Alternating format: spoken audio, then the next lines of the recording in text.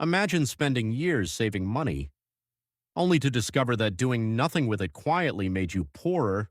No dramatic stock market crash, no scam, no bad investment, just time. That's the uncomfortable part about money. Keeping it safe and actually protecting its value are not always the same thing. If inflation runs at 4% a year while your savings earn 1%, your purchasing power shrinks, even though your bank balance keeps growing. So if taking huge risks isn't the answer, what is? Let's look at 5 of the lowest risk ways to grow your money and why each one exists. First, high yield savings accounts. They're not exciting. Nobody brags about them online, but they let your cash earn interest while staying accessible. Think of them as a parking space for money you'll need within the next year or two. Second, government treasury bills. When you buy a treasury bill, you're effectively lending money to the government for a short period. In return, you receive your money back with interest. In many developed economies, they're considered among the safest investments available because they're backed by the government's ability to raise taxes and borrow. Third, high-quality bonds.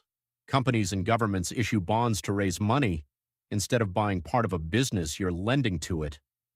The returns are usually lower than stocks, but so is the volatility, especially when you stick with highly rated issuers. Fourth, diversified index funds. This one surprises people. Yes, they invest in the stock market, but instead of betting on one company, you own tiny pieces of hundreds or even thousands. History shows that broad markets have recovered from wars, recessions, and financial crises. Individual companies can fail.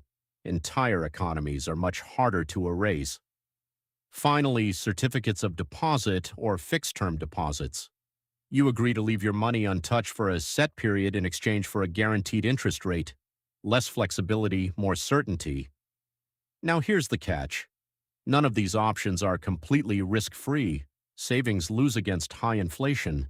Bonds can fall when interest rates rise. Index funds still experience market crashes. Even governments aren't immune to economic stress.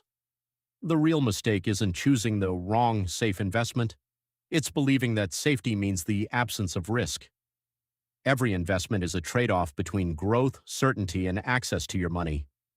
The smartest investors don't eliminate risk. They decide which risks they're willing to live with.